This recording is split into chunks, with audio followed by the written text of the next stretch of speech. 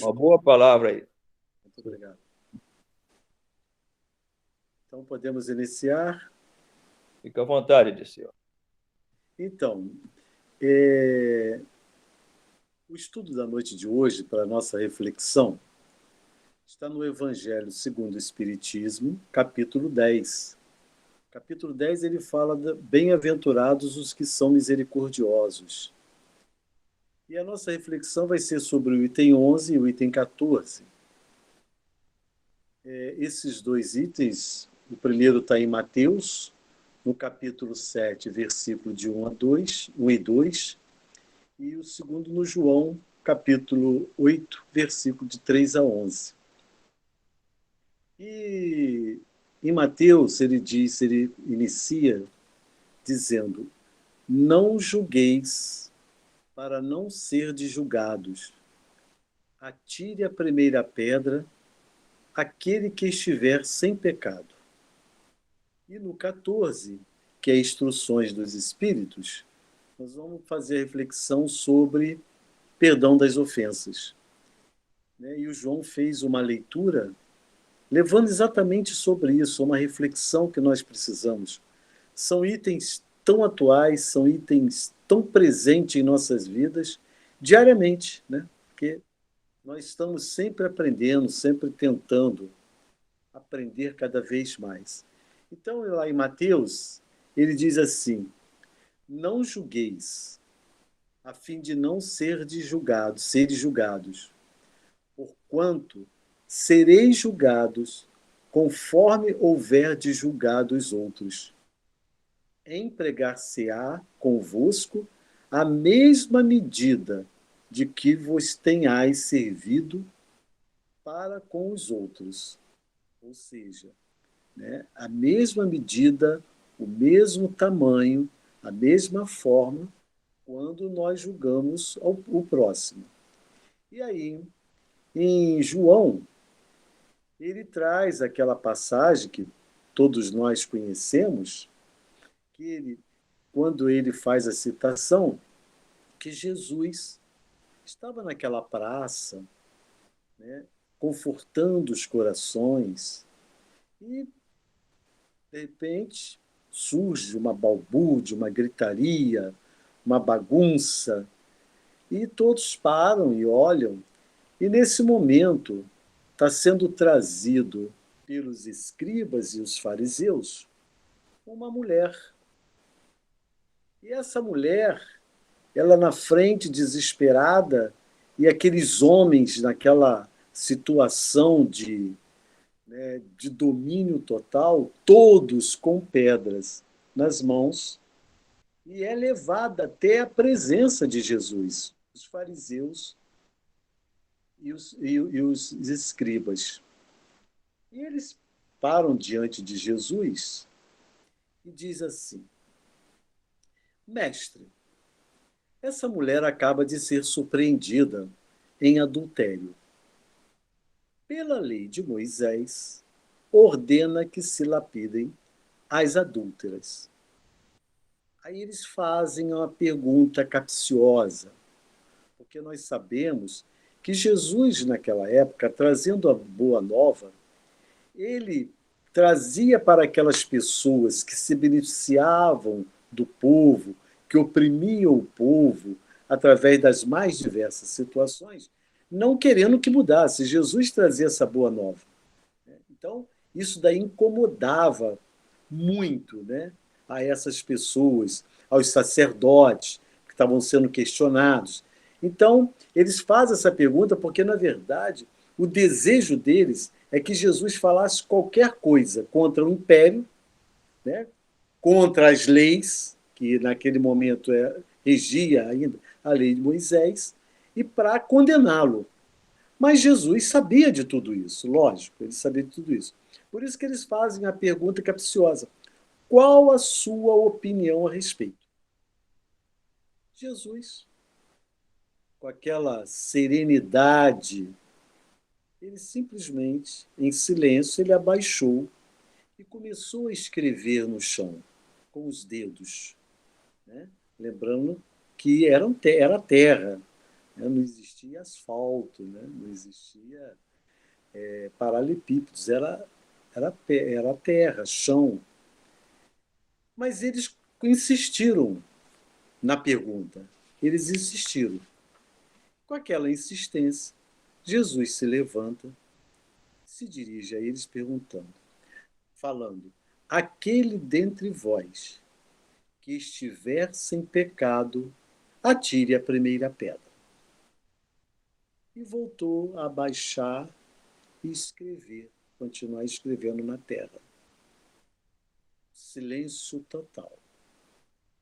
E aquelas pessoas, aqueles homens, principalmente os mais velhos, começaram não só a largar as pedras que estavam em suas mãos, quanto também se retirarem. Depois, passado alguns instantes, Jesus se levanta, se dirige até aquela mulher e faz a pergunta: mulher, onde estão aqueles que te acusavam?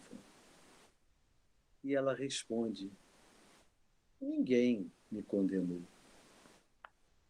Não sei, Senhor. Né? Aí Jesus diz: ninguém te condenou? Ela: não, Senhor. Aí Jesus diz para ela: também eu não te condenarei. Vai-te e não tornes a pecar. E aí ela saiu, né, disparada. Só que esse pensamento, esse momento, ele não parou aí. Junto a Jesus estava Simão Pedro. Né? Depois de Jesus, passado esse momento, eles começam a caminhar. E Simão Pedro, né, ele era muito assim rígido, Simão Pedro se dirige a Jesus questionando. Ele falou: Senhor, a lei é para evitar que outros fatos como esse se repitam. E Jesus, com aquela serenidade, aquela doçura, ele se dirige a Pedro e diz assim: Pedro, tenha prudência em sua avaliação. Quem sabe se ela não estava passando por alguma dificuldade e também não poderia existir outra personagem nessa história. Olha só, olha o que Jesus disse. Voltando a essa passagem está no livro Contos e Apólogos, pelo espírito Irmão X, Humberto de Campos, psicografado por Chico Xavier. Mas olha como Jesus fala. Poderia existir outra personagem nessa história. Quando Jesus faz essa citação, ou seja, de uma segunda pessoa com relação à jovem, à mulher, Pedro, ele imediatamente ele fica irado. E ele diz: mas como assim, Senhor? Uma outra pessoa?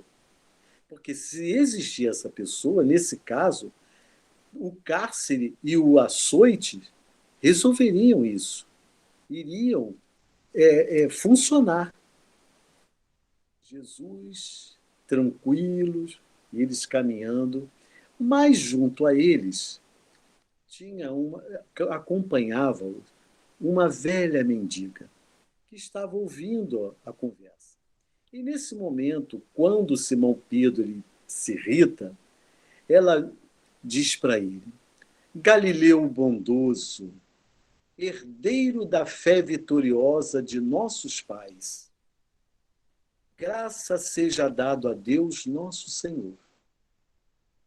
A mulher que seria apedrejada é filha de minha irmã, que é paralítica e cega. Moramos nas vizinhanças e viemos ao mercado em busca de alimento. Abeirávamos, quer dizer, íamos embora daqui quando fomos assaltadas por um rapaz que, depois de repelido por ela em luta corpo a corpo, saiu a indicá-la ao povo para lapidação. Ah, pronto. Aí Simão Pedro mais irado ainda, ele diz, pergunta a mulher, e onde está esse miserável?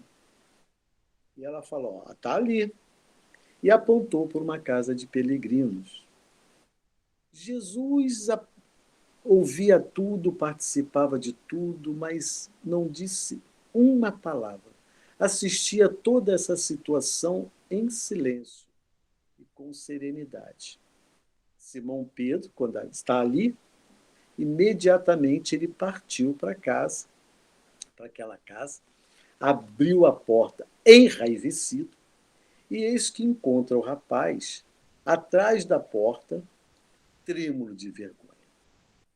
E quando ele abre a porta, que ele se depara com o rapaz, ele fica estático, ele fica sem palavras, ele fica sem ação, ele não tem absolutamente, em questões de segundo, o choque que ele levou deixou que ele ficasse parado, totalmente parado. Por quê? Esse jovem era Efraim, filho de Zafar, pupilo de sua sogra, ou seja, era irmão de criação de sua esposa e comensal de sua própria mesa, ou seja, era cunhado de Simão Pedro, participava de sua casa, se alimentava em sua mesa. E aí Simão Pedro não teve, ele ficou momentos sem ação nenhuma. Nesse momento, Jesus, estou observando toda a situação em silêncio. E Simão Pedro, de tanta vergonha, se dirigiu a Jesus e este o abraçou com muito amor e carinho. Mas lhe diz: é preciso, Pedro, antes de julgar, conhecer toda a verdade. Olha, meus irmãos, observem que nos dias de hoje são fatos reais em nossas vidas. Quantas pessoas julgam sem conhecer toda a verdade?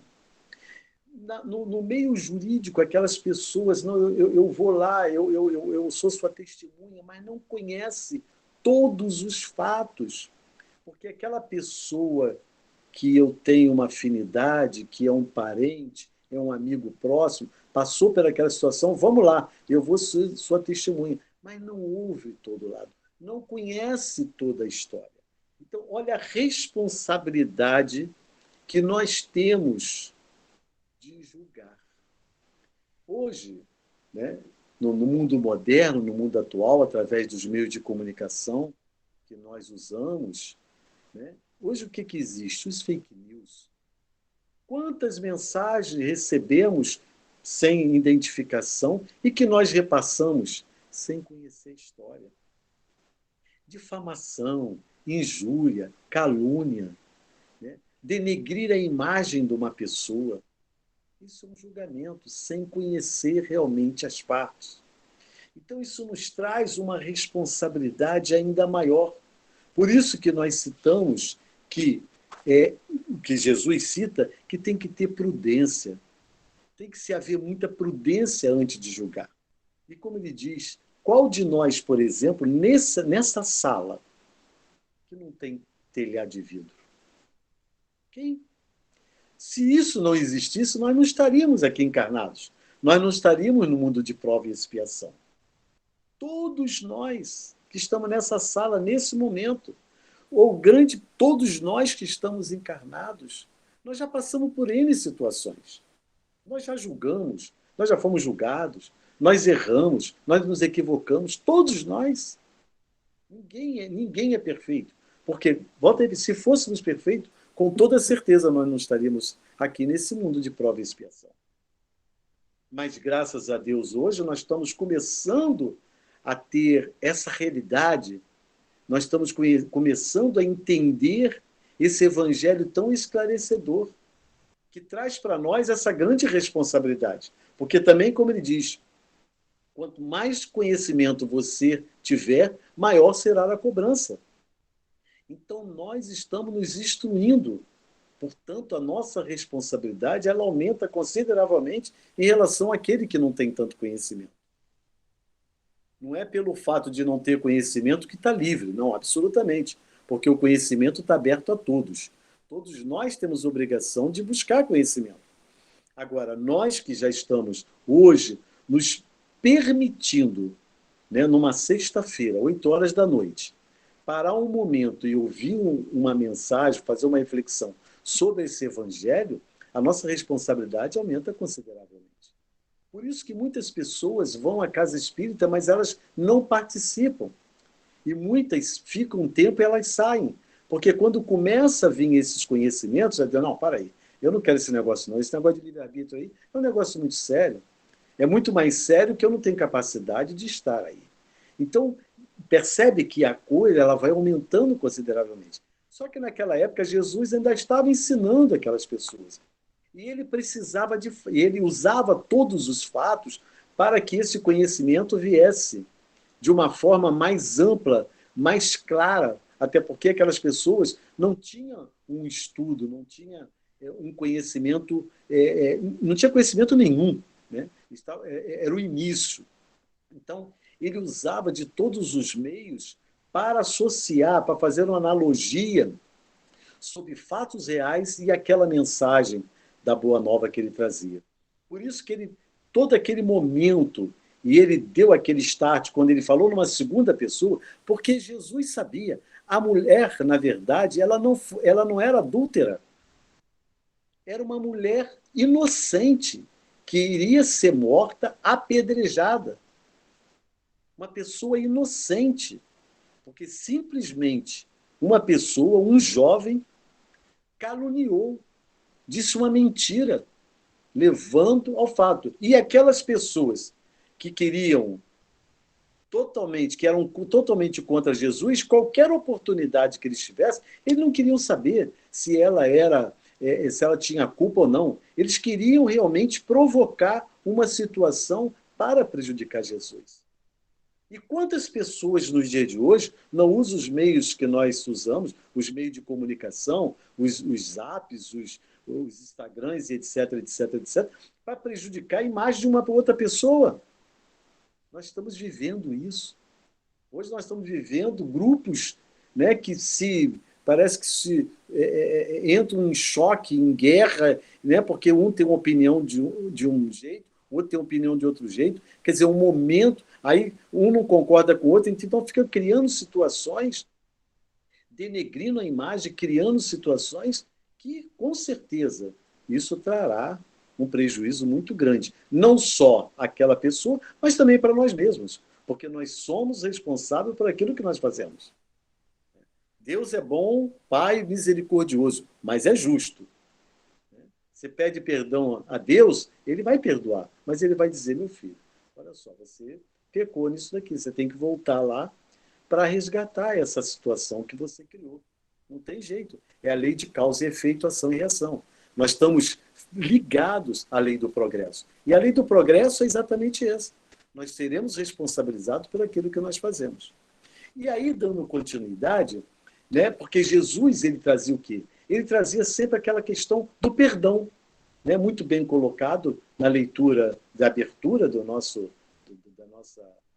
reunião, porque o perdão de estudo, o perdão é algo que faz com que nós nos sintamos melhores, que nós sejamos melhores.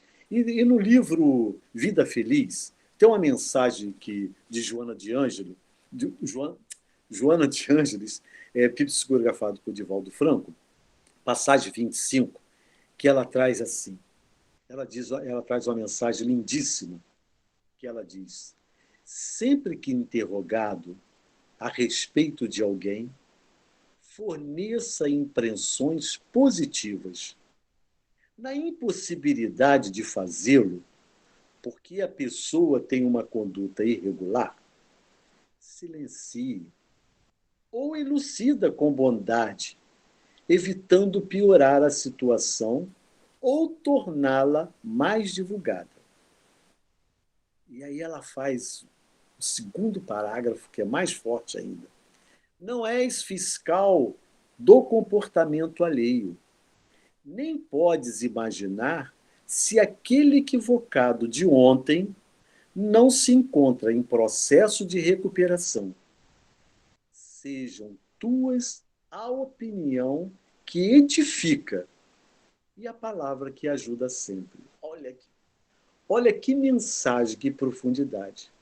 E aí nós vamos no Evangelho, no capítulo 10, que é o Bem-aventurados os que são misericordiosos, quando tem aquela passagem que Simão Pedro, se dirigindo a Jesus, ele faz a pergunta, Senhor, né, quantas vezes perdoarei o meu irmão quando houver pecado contra mim? Até 7 vezes? E Jesus responde a Simão Pedro, não vos digo que perdoe até 7 vezes, mas até 70 vezes 7 cada ofensa. Olha só, 70 vezes 7 cada ofensa, ou seja, nós temos que viver toda a nossa encarnação perdoando, porque ofensa nós temos sempre. Imagine nós perdoarmos 77 vezes cada ofensa. E essa era a palavra de Jesus. Isso que Jesus trazia para nós. E perdoar, ele é mais profundo do que nós possamos imaginar. É lógico que hoje nós já sabemos o peso do perdão. Nós já temos a certeza do perdão, mas é aquele negócio. Naquele momento que Simão Pedro, ele partiu em busca daquela pessoa, daquela segunda personagem, onde ele disse que o cárcere e o açoite resolveriam. Ele levou o cunhado dele? Aí tá, vamos ler, né? E aí que está a X da questão. Imagina nós condenamos alguém e quando nos deparamos, vamos buscar aquela pessoa, é um filho, é um irmão, é um amigo. E aí? Porque condenar o inimigo, aquela pessoa desconhecida, é fácil. Mas e condenar um filho, um irmão, um pai, uma mãe? E aí? Há pouco tempo atrás, né? Está aí na história, está no meio de comunicação, uma desembargadora, que até foi afastada, aposentada, lógico, com todos os direitos, tirou o filho da cadeia, um filho que era um traficante. Quer dizer, então vale para o outro, mas não vale para mim. Olha a responsabilidade do perdão. E o perdão é tão profundo que tem um livro do O Amor Jamais Te Esquece, pelo espírito Lúcius, psicografado por André Luiz Guiz, e conta a história que é lindíssima. Eu vou aqui só fazer umas citações. É de Zacarias com Jesus e Zacarias com Josué. Porque nós sabemos que quando Jesus ele andava, existia aquela multidão que o acompanhava em busca de cura, para ouvir as mensagens, né, para ouvir aquele ser, aquele homem que trazia para as pessoas, principalmente aquelas pessoas menos favorecidas, trazia para eles conforto, paz, tranquilidade e cura. Porque Jesus, naquele momento, ele precisava que acontecesse fatos reais para que as pessoas acreditassem. Ou seja, as curas eram realizadas para despertar nas pessoas que existia algo maior do que aquilo que estava sendo demonstrado até então. Então, por isso que a necessidade daquelas curas, para o povo ver. Então, aquela multidão acompanhava Jesus. E tem esse caso de Zacarias, que naquela época era normal homens idosos casar com jovens, moças jovens. Né? E Zacarias passou por uma situação muito dura. Né? Ele casado com uma jovem, mas era uma pessoa boa, era uma pessoa do bem, era uma pessoa caridosa. Mas, em determinados momentos, pegam a mulher dele em adultério. e leva até a presença dele e diz: olha, nós encontramos a sua mulher em adultério. E você sabe, a lei é o apedrejamento, que você tem o direito. E naquele momento foi um momento muito forte para Zacarias, porque ele já tinha ouvido Jesus, ele já estava participando, foi logo no início do trabalho de Jesus, ele já, ele já tinha ouvido algumas coisas de Jesus. E aquilo mexeu profundamente com Zacarias. E ele tem uma situação, né? Condená-la. E condená-la seria a morte através do apedrejamento. E Zacarias, nesse momento, ele diz: não, deixa que ela siga o caminho dela. Deixa que ela siga com aquele que ela escolheu. Eu não permito, eu não quero, não desejo a sua morte. Isso, né, foi um escândalo, né? Imagina numa cidade pequena, onde ele era conhecido, né? Passou a ser lorota, escárnio, bagunça, né? O pessoal começou realmente ao ponto de que Zacarias ele mudou de cidade. E ele foi morar numa cidade próxima chamada Emaús. E aí Zacarias tinha um amigo que tinha uma doença de muito tempo. E aí ele chegou, ele pensou assim: eu vou te levar para conhecer Jesus, e ele vai te curar. E Zacarias o levou. E Jesus, naqueles momentos, passou a vista e cruzou a vista com Zacarias, né? Porque aquela multidão de pessoas. E o amigo ficou curado. Zacarias, voltando para Emaús, ele era sapateiro, ele tinha uma sapataria, ele optou em adotar Jesus, porque ele lamentava muito, porque quando ele começou, quando Jesus começou, foi quando estava escolhendo os apóstolos, os 12 apóstolos. E ele se lamentou não ter sido um dos escolhidos. Então, o que ele fez? Ele adotou, como muitos, adotou Jesus. Então, na verdade, aquele grupo, aquela multidão, junto àquela multidão, existiam 70 pessoas, como Zacarias, que eles acompanharam de perto Jesus, para onde Jesus ia. Mas com o tempo eles começaram a criar uma amizade também com os apóstolos. Então, essas 70 pessoas, quando Jesus ia para uma cidade para outra, eles iam na frente para preparar todo o local onde Jesus faria as suas pregações. Eles cuidavam da questão dos alimentos, para aquela multidão que ia chegar. Então, eles tiveram um trabalho muito importante junto ao mecenato de Jesus. Ou seja, eles eram uma força à parte dos 12 apóstolos. E tanto é verdade que Jesus começou, inclusive, a ter contatos com eles. Depois, Jesus dá até uma missão para Zacarias, que aí vocês vão ler o livro, que é lindíssimo, que vale a pena ler. Né? E aí, depois, teve o Josué também, teve uma passagem, né? Porque eles se encontraram, que Josué também era de Emaús e era mais jovem. E os 12 apóstolos, de tanto contato com Zacarias, passou a admirá-lo. E ele era o mais velho. Né? Ele era o mais velho. Então começaram a realmente ter um carinho muito grande. E aí começaram também a dar tarefas para Zacarias. E essa passagem de Josué é muito interessante, é lindíssima. Porque numa certa feita, Jesus estava passando por uma cidade e imagina, né, aquela multidão, aquele empurra-purra, tal, aquele negócio, e Josué era baixinho. E aí ele foi para um local mais elevado.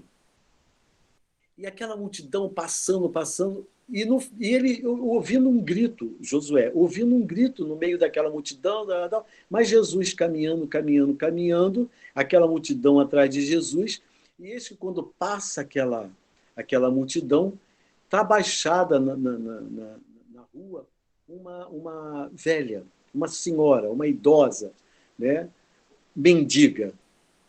E ela gritava do fundo do coração, mas ninguém ouvia, né? Porque imagina o barulho que é as pessoas acompanhando Jesus.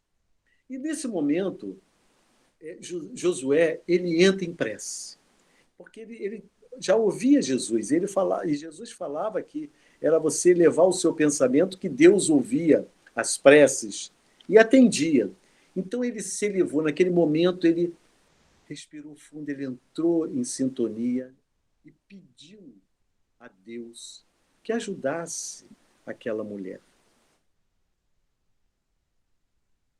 De repente, aquele barulho daquela multidão que já tinha passado começou a voltar, aquele barulho se aproximando. E Josué, ele estava ainda em prece com os olhos fechados, mas começou a ouvir aquele barulho. E ele desperta, ele abre os olhos. E quando ele abre os olhos, junto àquela multidão vinha Jesus. E Jesus parou diante da mulher, abraçou e a curou da sua doença. Mas Josué, contando para Zacarias esse fato, ele diz: Zacarias, mas o que mais me deixou emocionado foi, eu perguntei, mas como? Eu fiz uma prece em poucos segundos, Deus enviou Jesus para ajudar a mulher? E Zacarias ficou deslumbrado com aquele conto. E aí Josué diz assim, mas tem mais, Zacarias. Ele falou, o que aconteceu? O que aconteceu? Jesus passou diante de mim e falou assim, que bom, Josué, você ter pedido por aquela mulher. E aí, você imagina, olha, quando nós oramos com o coração e que nós pedimos com o coração, Deus atende. Então, aquele momento foi um momento profundo, porque Jesus falou Josué, e ele diz, Zacarias, ele falou o meu nome. Então, meus irmãos, como é bom ser bom. Mas Zacarias, ele durante muito tempo ele levou essa dor com ele. Em alguns momentos ele questionou se ele tinha feito certo libertar a mulher ou deixá-la que ela fosse apedrejada. Isso criava uma certa angústia nele. Será que eu tinha feito a coisa certa? E ele, aquela dor profunda, até que um dia, Jesus, depois que ele mudou na presença para acompanhar Jesus, numa daquelas palestras, Jesus faz uma citação sobre o perdão. E ele fala sobre o magnetismo e o ensinamento. E aí, nesse diálogo que Jesus estava com aquela multidão, Zacarias, ele entendeu a beleza do perdão como fortaleza da alma, tornando-o, inclusive, mais íntegro e feliz por dentro. Ou seja, ele aprendeu que o que ele fez foi o certo. E ele agradeceu. Ele se libertou. E aí, meus irmãos, falar do perdão, o que é, na verdade, o perdão? Como diz aqui Zacarias, é a libertação. Porque, vejamos, quando você não perdoa uma pessoa, você está ligado a essa pessoa. Você está ligado a essa pessoa. Por isso que hoje nós, às vezes, encontramos pais brigados com filhos, filho brigado com os pais, irmãos brigados com irmãos, parentes. Numa família está aquele grupo de pessoas que já tiveram vidas passadas. Mas aí você vai perguntar, mas por que você tem tanto rancor, tem tanta mágoa com relação à sua mãe, ou seu pai, ao seu irmão? Ah, porque ele me fez isso, me fez aquilo outro. É mesmo. Mas o que você fez na vida passada? Se nós estamos num processo de aprimoramento espiritual, se a reencarnação é uma justiça de Deus, nós não estamos juntos por acaso. Numa família, nós não estamos juntos por acaso. Uma família harmoniosa, está tudo bem, mas pode acontecer naquela família que há uma desarmonia com um ou com o outro. Nós sabemos que existe desarmonia entre pais e filhos, filhos e pais. Então, o que é isso? É porque foi agora? Não. Porque pode ser que aquela pessoa que tenha cometido aquele ato nesta vida é devido ao que ela sofreu na vida passada por você. Então, veja bem, nós estamos ligados ainda, juntos ainda, numa encarnação. E estaremos nas próximas encarnações enquanto o perdão não vier. Porque quando existe o perdão, é o desentrelaçamento das vidas. Você, na verdade, você se liberta.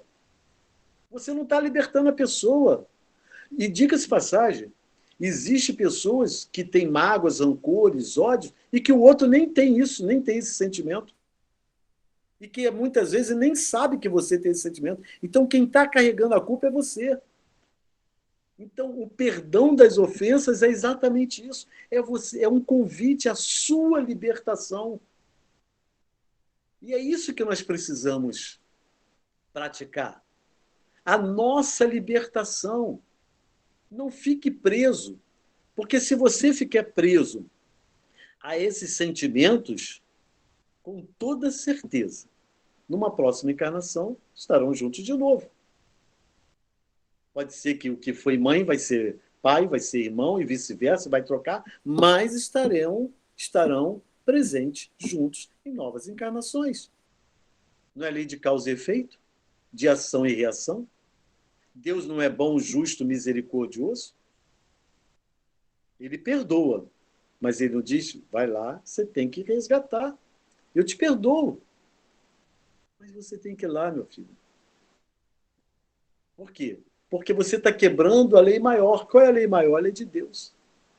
A primeira lei é amar a Deus sobre todas as coisas e o próximo como a si mesmo. Mas se é meu inimigo, eu não vou depois abraçar, ficar andando. Não é isso que estamos falando. Você não precisa abraçar, você não precisa ficar beijando, você não precisa ficar fazendo carinho com o seu inimigo ou desafeto. Não. Perdoar é você tirar esses sentimentos de dentro de você. Mas de seu é muito forte, eu não consigo. Como é que eu vou fazer isso? Inclusive, esse meu irmão, essa minha mãe, tá lá na Europa e eu estou aqui. Como é que eu vou falar com ela? Fala através dos sonhos.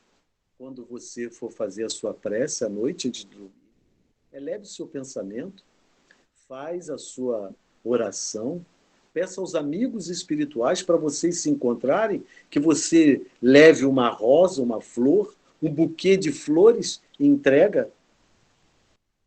Nós não somos espíritos num corpo de carne, mas quando nós dormimos, o nosso espírito, ele sai do corpo e ele vai encontrar a todos aqueles que estão em nosso redor quando nós estamos em vigília, ou seja, quando estamos dispersos, acordados. Então, durante o seu pedido, ore por aquela pessoa. Coloque sempre o nome daquela pessoa na sua frente, para você, com o tempo, até você tirar essa angústia de dentro de você. Você se libertar disso. E vocês podem ter certeza que o perdão virá. O perdão virá. Porque Deus vai ajudar. Os amigos espirituais irão ajudar. Jesus irá ajudar. Então, peça a Deus, a Jesus, a Mãe Santíssima, aos amigos espirituais, aos mentores espirituais, para ajudar nessa solução. Então, nós vamos estar livres durante o nosso período de sono, onde nós vamos orar por aquela pessoa que não nos agrada. Esse é o exercício. Esse é o convite que Jesus faz a nós. Então nós temos que realmente orar. E para finalizar, o nosso tempo já está preço. No livro Bênção de Paz, de Emmanuel, pelo Espírito Emmanuel, psicografado por Chico Xavier, no capítulo 27, está lá, Razões para Amar os Inimigos. É também uma mensagem linda. Olha só o que Emmanuel envia para nós. A serenidade e o apreço para com os inimigos são os melhores antídotos para que as preocupações com eles não nos destruam. Olha, eu vou repetir.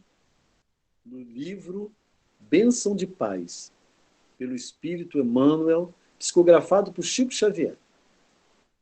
A serenidade, a tranquilidade, a paz e o apreço, a consideração, o amor, o carinho, para com os inimigos, são os melhores antídotos para que as preocupações com eles não nos destruam. É lindo demais. Vejam como os amigos espirituais, como os espíritos nos ajudam a perdoar. Como os amigos espirituais nos ajudam a não julgar. Como os amigos espirituais nos ajudam a não atirarmos pedra nos outros. Porque todos nós temos telhados de vidro.